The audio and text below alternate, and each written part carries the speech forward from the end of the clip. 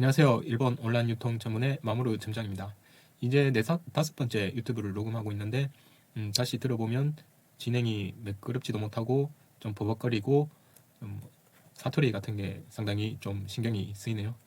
하지만 일본에서 20년 동안 살은 경험과 또 창업부터 십몇 년째 경험한 비즈니스 경험으로 일본의 트렌드나 이런 비즈니스 관련 그 썰을 좀 풀어가면서 조금이라도 이렇게 들으시는 분이 영감을 받거나 좋은 정보가 되었으면 좋겠습니다.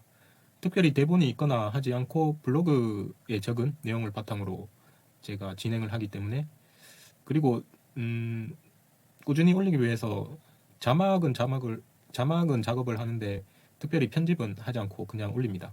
그래서 뭐 침묵이 흐르는 구간도 있을 수 있고 뭐 필요 없는 구간도 있을 수 있는데, 그런 구간은 건너뛰기로 라디오처럼 좀 들어주시면 감사하겠습니다.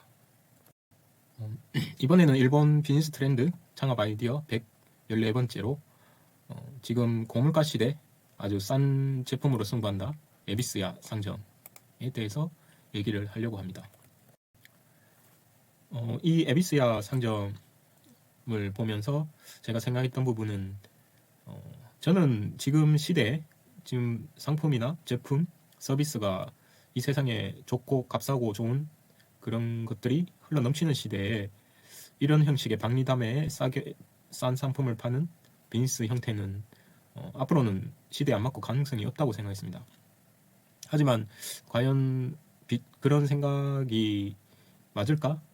라는 걸 다시 한번 생각하게 되고, 정말 장사나 비즈니스에는 뭐 정답이 없고, 물론 시대의 흐름이나 트렌드가 있을 수는 있지만, 역시 고객이 원하는 것을 제공하면 성공할 수가 있구나 라는 걸 다시 한번 깨닫게 되는 계기가 되었습니다.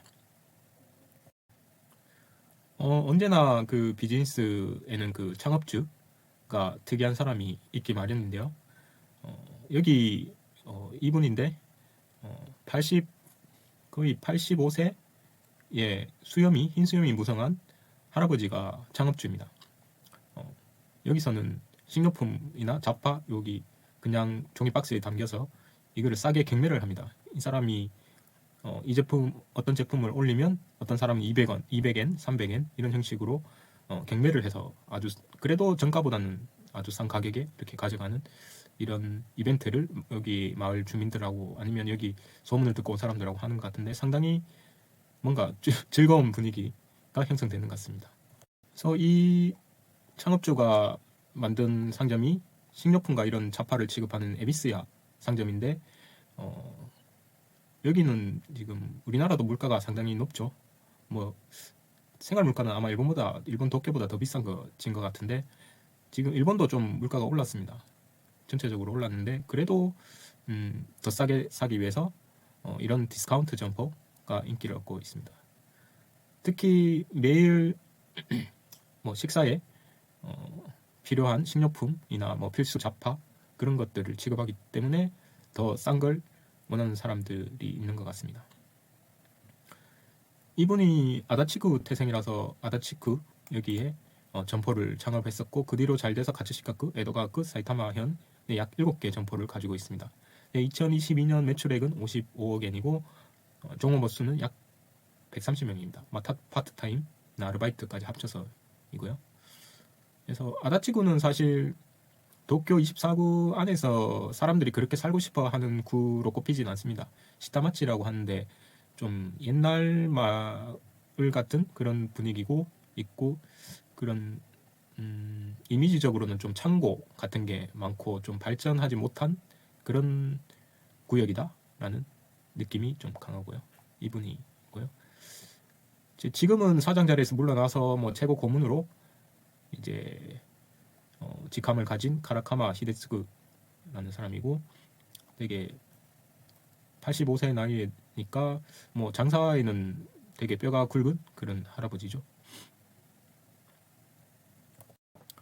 아버지는 전쟁으로 전사를 하시고 어머니가 이어서 전담포를 하셨는데, 어머니한테서 그 장사에 대한 그런 철학을 많이 배운 것 같습니다.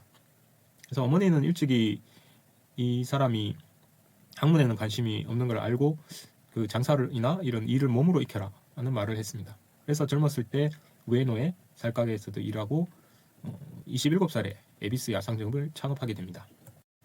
어머니도 그 시제아라고 하는데 전담포를 하면서 그런 장사를 하면서 되게 느낀 게 많았겠죠. 특히 그 아들한테 한 말이 장사를 하면서요.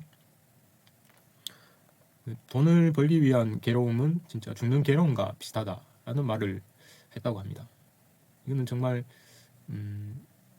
뭐 돈을 벌기 위해서는 죽기 살기로 열심히 일해야 된다라는 말과 같은 말인데 돈을 버는 게 그 고객의 돈을 받는 게 얼마나 그 힘들고 노력이 필요한지 그 절실히 느끼는 그런 말인 것 같습니다. 지금 아들이 사장 자리를 이어받아서 같이 하고 있는데요. 이 아들은 뭐 머리가 좋았는지 좋은 대학 나와서 리크루트라는 대기업에 입사를 해서 잘 다니다가 아버지가 아들이 갖고 싶어하는 자동차 마스다 RX-7이라는 것을 사주겠다 하여가지고 꼬셔가지고 퇴사를 하고 같이 일을 하게 됩니다. 그래서 아들이 제 2호점인가 점포를 맡게 됐는데 리크루트에서 배운 경영이나 영업 방식이나 운영 방식을 잘 활용해서 2호점도 성공적인 점포로 이어지게 됩니다. 여기서 재미로 마스다 RX-7이라는 차에 대해서 좀 봐보면 지금 마스다 홈페이지에 이런 옛날 마스다의 명차들 이런 컬럼이 있어서 이런 스타일이고요. 스포츠카 형식인 것 같습니다. 헤드라이터도 이렇게 쏙 들어가는 형식이고 이 인승 같은 느낌인데요. 그래서 1991년 10월에 발매가 되었고 번역을 한번 해볼까요?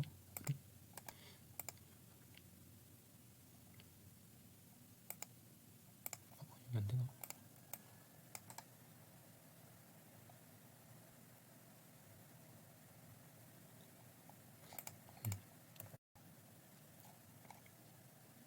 번역이 되었습니다.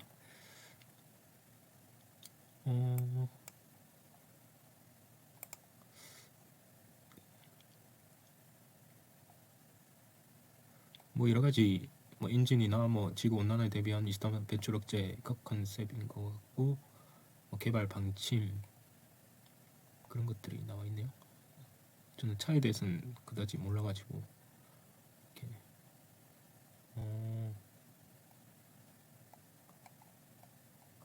멋있는 자동차인 것 같습니다. 뭔가 영화에 나올 만한 그런 자동차인 것 같네요. 이런 식의 2인승인 것 같고 좀 멋있는 것 같습니다.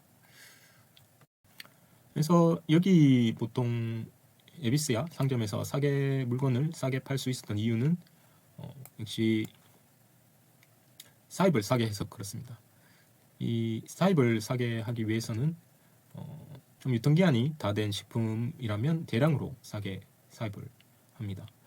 그래서 그 이제 땡처리죠. 땡처리 하고 싶은 업자가 와서 이제 협상을 하는데 되게 뭐 실제로 그 사장이 이제 맛도 보면서 가격을 후리치더라고요.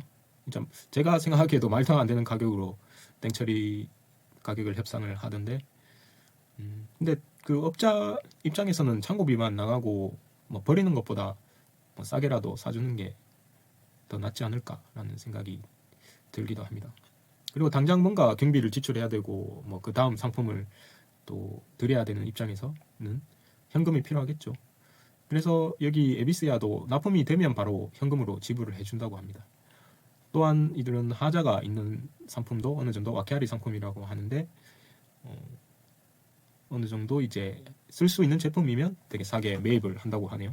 그래서 그런 상품들이 이제 근처 300편 창고 2개를 운영을 해서 물건을 보관하고 있다고 합니다. 이런 형식으로 보관을 하고 있고요. 그래서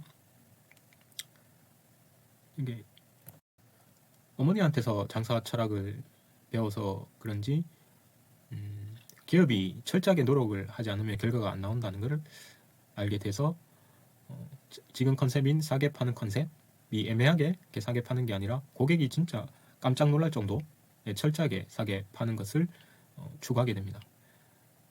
그래서 기획한 코너가 우리 다이소나 일본의 백엔샵들이 많은데 그런 진짜 백엔샵보다 싼 균일 코너 68엔 우리나라 돈으로 하면 한 700원도 안 되는 그런 코너를 만들게 됩니다. 여기는 식품이나 잡화도 있겠죠.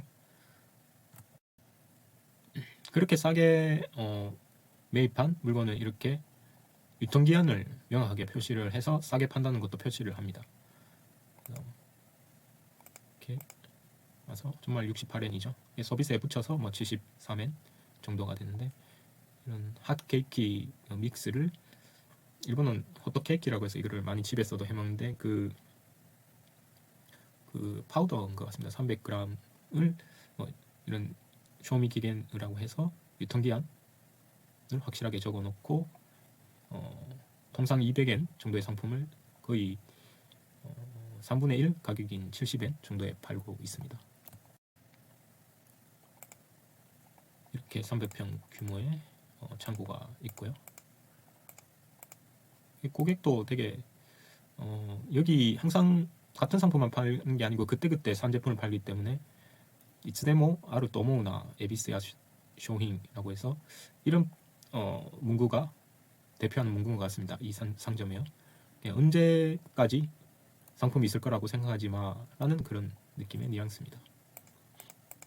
그래서 이런 장화가 좀 여기가 이 부분이 접착제가 좀 강하지 않은지 잘 벗겨지는 그런 하자가 있는 상품이었습니다. 그래서 이거를 이런 레인구츠 이런 장화를 뭐 인터넷상에서는 막 5,000엔 정도에 파는 것도 뭐 500엔 정도에 팔려고 이렇게 해서 한꺼번에 500쪽을 여기서 이 업자가 여기서 협상을 해서 파는 것 같습니다.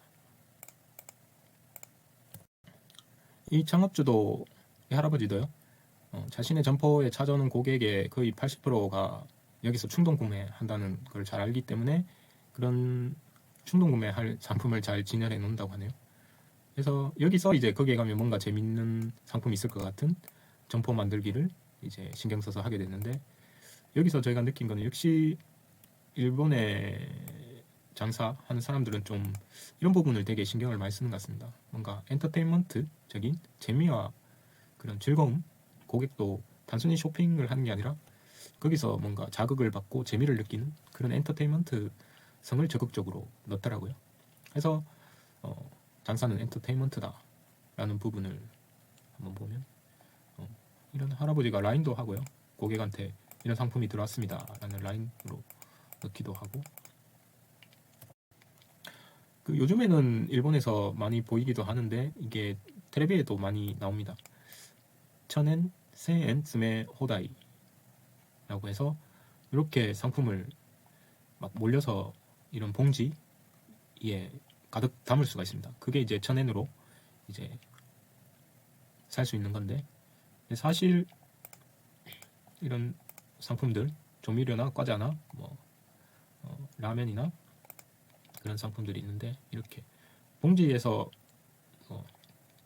삐져나오고 엄청나게 봉지를 넘는 용량을 가져가도 좀 눈 감아주는 그런 인지상정도 있는 것 같습니다. 이 할아버지가.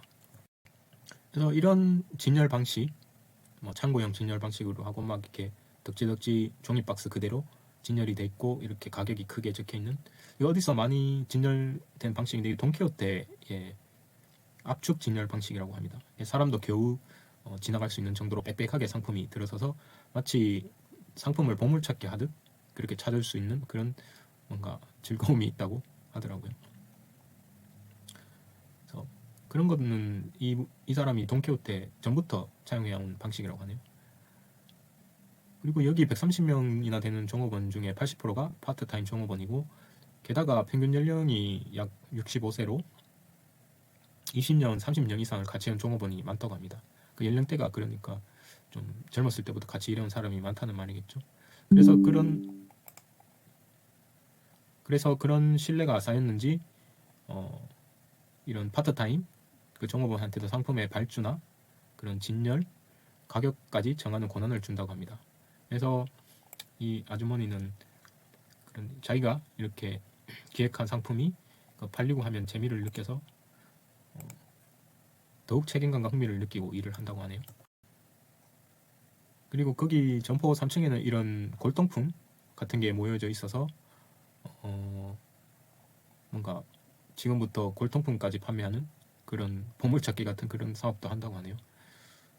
그리고 온라인에서 한국 제품이나 싼 중국 제품을 파는 업체하고도 연계를 해서 이런 상품을 값싸게 사입을 해가지고 같이 전개를 하는 그런 새로운 도전도 한다고 합니다.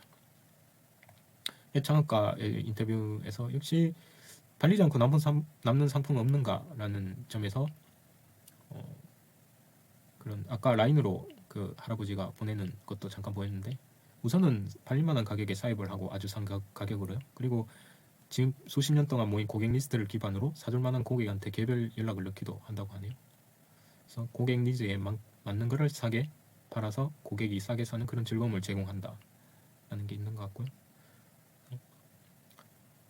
이렇게 엔터테인먼트적인 요소, 진열에서도 뭐 기획에서도 이벤트에서도요. 그런 거를 적극적으로 넣고 있고 저의 생각은 누구나 장사를 함에 있어서 상품에 있어서 어떤 컨셉이 있다고 생각합니다. 하지만 좀 그 컨셉을 애매하게 가지고 가기보다는 정말 철저하게 연구를 해서 그 컨셉을 추구하면 고객한테서 반응이 온다라는 것을 느낄 수 있었습니다. 그리고 항상 강조해온 고객에게 재미를 줄 수 있는 그런 엔터테인먼트적인 요소, 그게 상품의 뭐 기능이든 뭐 이벤트든 기획이든 간에 그런 요소가 상당히 필요한 것 같고요. 그리고 요즘 한국의 트렌드를 보면 되게 멋지고 뭔가 고가를 추구하는 그런 경향이 많이 보이는데 이런 에비스야 상점은 뭐 매출을 떠나서 좀 촌스럽고 그렇게 막 멋지고 그런 상품이나 그런 기획은 아닙니다. 하지만 서민들도 좀 값싸고 쓸모있고 이런 재밌는 상품을 구입할 수 있고 그런 이벤트와 기획에 재미가 생기고 또 참여하는 재미가 있고 그런 뭔가 즐거운 그런 기획이 기반이 되는 비즈니스 유형도 있구나 라는 면에서 좀 다양성적인 측면에서 좀 성공할 만한 장사다 하는 면을 느꼈습니다. 이상 일본 비즈니스 트렌드 114번째 얘기를 했고요. 자신의 오리지널 상품이나 일본에 판매를 해서 가능성이 있겠다라고 생각하는 상품을 가지신 분들은 일본에 파는 사람들 184 카페를 참고해 주세요. 감사합니다. 이상 마모루 점장이었습니다.